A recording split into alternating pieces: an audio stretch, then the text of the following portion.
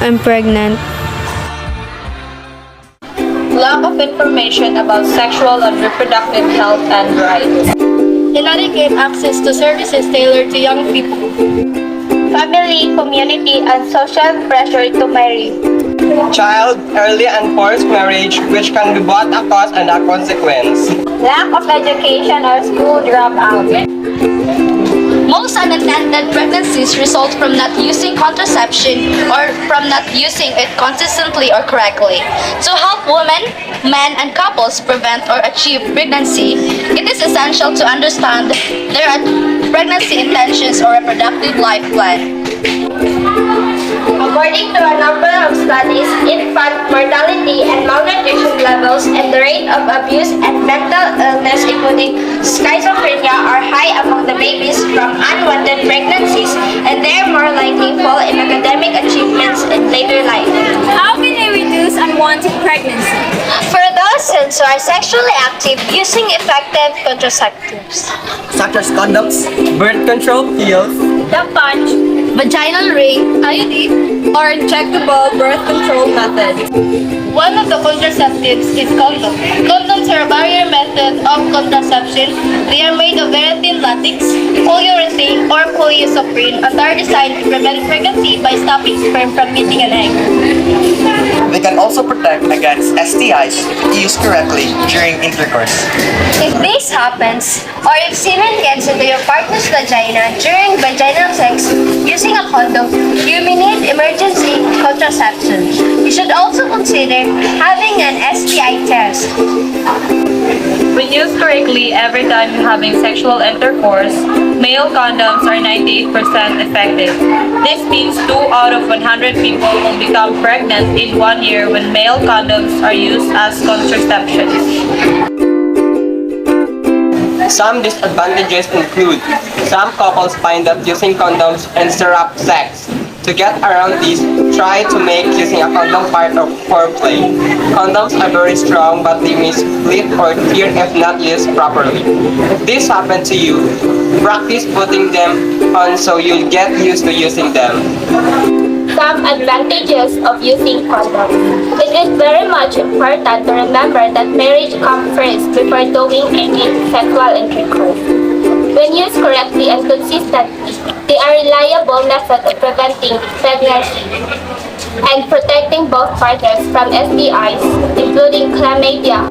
Chlamydia is a common STD that can cause infection among both men and women. It may harm a woman's reproductive system permanently. Later pregnancy may become challenging or impossible as a result.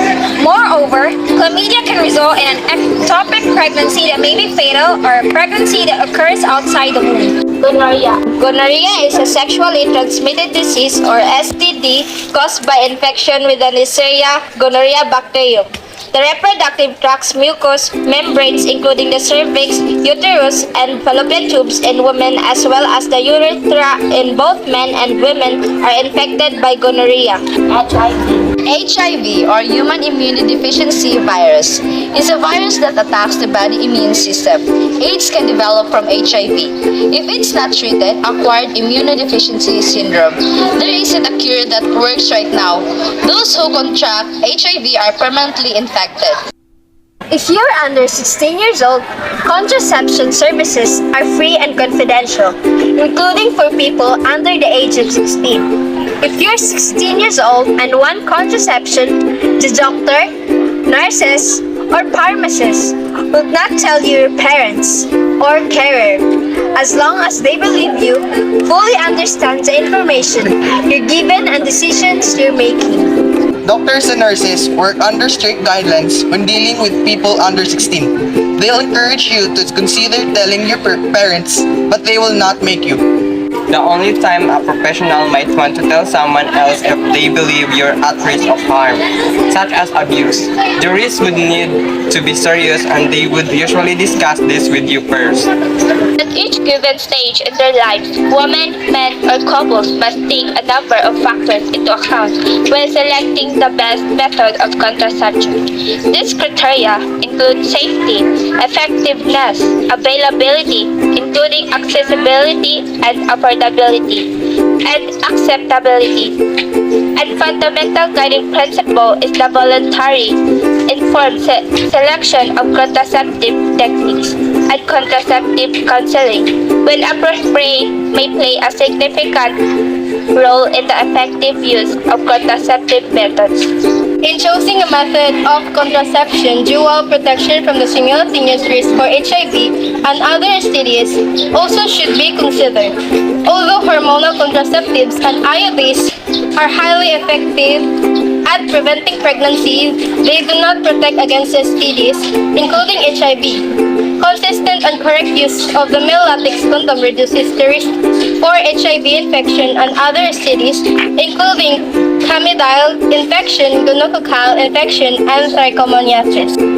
An IUD is a small T-shaped plastic and copper device that's put into your womb or uterus by a doctor or nurse. It releases copper to stop you getting pregnant and protects against pregnancy for between 5 and 1. The IUD is similar to the intrauterine system or IUS, but instead of releasing the hormone progestogen like the IUS, the IUD releases copper into the womb.